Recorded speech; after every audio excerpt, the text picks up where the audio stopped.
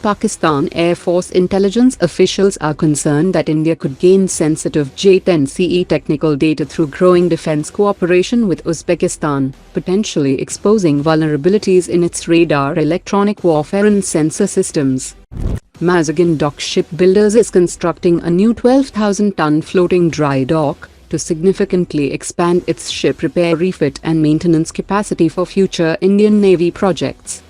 The Indian Navy has commissioned India's first AI-enabled containerized small arms firing range developed by Hyderabad-based Zen Technologies. The Prime Minister's office has directed the DRDO to complete its organizational restructuring by the end of 2026. That includes consolidation of its laboratories into larger research hubs, streamlining manpower and approvals, increasing private sector participation, and sharpening its focus on critical next-generation defense technologies. Balu Forge Industries has secured its first commercial order for Indigenous 155mm extended-range full-bore base bleed and boat-tail artillery shells, with an initial supply of 10,000 units to an Indian ammunition company, followed by regular monthly deliveries. The Indian Navy's 80,000 crore rupees Project 80 Next Generation Destroyer program is moving toward the formal approval process, and the proposal is all set to be approved by the Defence Procurement Board, followed by the Defence Acquisition Council and ultimately approval by the CCS. The DRDO has invited Indian private firms to become development-cum-production partners for missiles and guided bombs under its Strategic Systems Department, which handles programs including the Agni missile family and submarine-launched strategic systems. At least 2 companies will be selected per project, with eligible firms requiring strong financials, explosives licenses and mass production capability, and the technology transfer will be free and non-exclusive. The Indian Navy is rapidly expanding its BrahMos strike capability, with around 20 frontline warships now armed with the supersonic cruise missile. More than 6 BrahMos-capable warships have joined the fleet over the past year alone, and the Navy plans to equip nearly all major surface warships by 2030.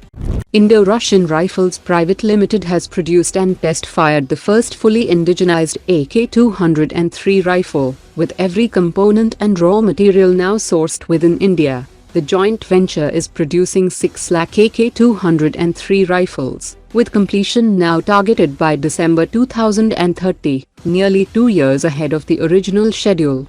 The Aeronautical Development Agency has floated tenders for AerMet 100 ultra-high-strength aerospace steel unspecialized composite tooling, strengthening the manufacturing ecosystem being built for advanced fighter programs such as the AMCA. The alloy is used for highly stressed aerospace components, while the composite tooling will support precision manufacturing of carbon fiber airframe structures, required for next-generation low-observable aircraft.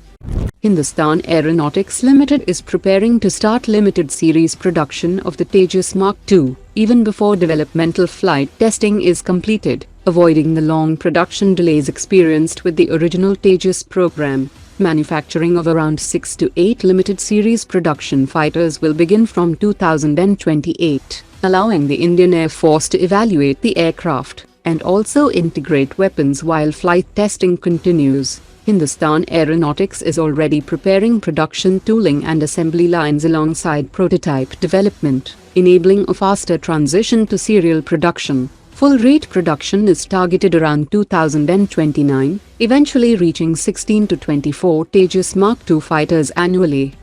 The Indian Air Force faces a massive fighter replacement challenge over the next decade, with an estimated 450 new aircraft required to rebuild its sanctioned strength of 42 fighter squadrons by 2037. The Air Force currently operates around 29 squadrons, but nearly 12 squadrons are expected to retire by 2035, leaving only around 17 existing squadrons.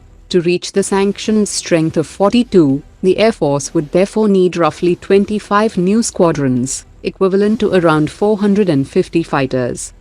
former US F-16 and F-A-18 fighter pilots have described India's entry into the French-led FCAS program as a high-risk, high-reward opportunity that could provide access to critical sixth-generation technologies, but they warned that multinational fighter programs can become expensive and delayed when partners demand competing requirements. They also questioned India's decision not to pursue the Su-57 as an interim fifth-generation option, arguing it could provide a near-term capability until AMCA enters service. Today's top 3 comments.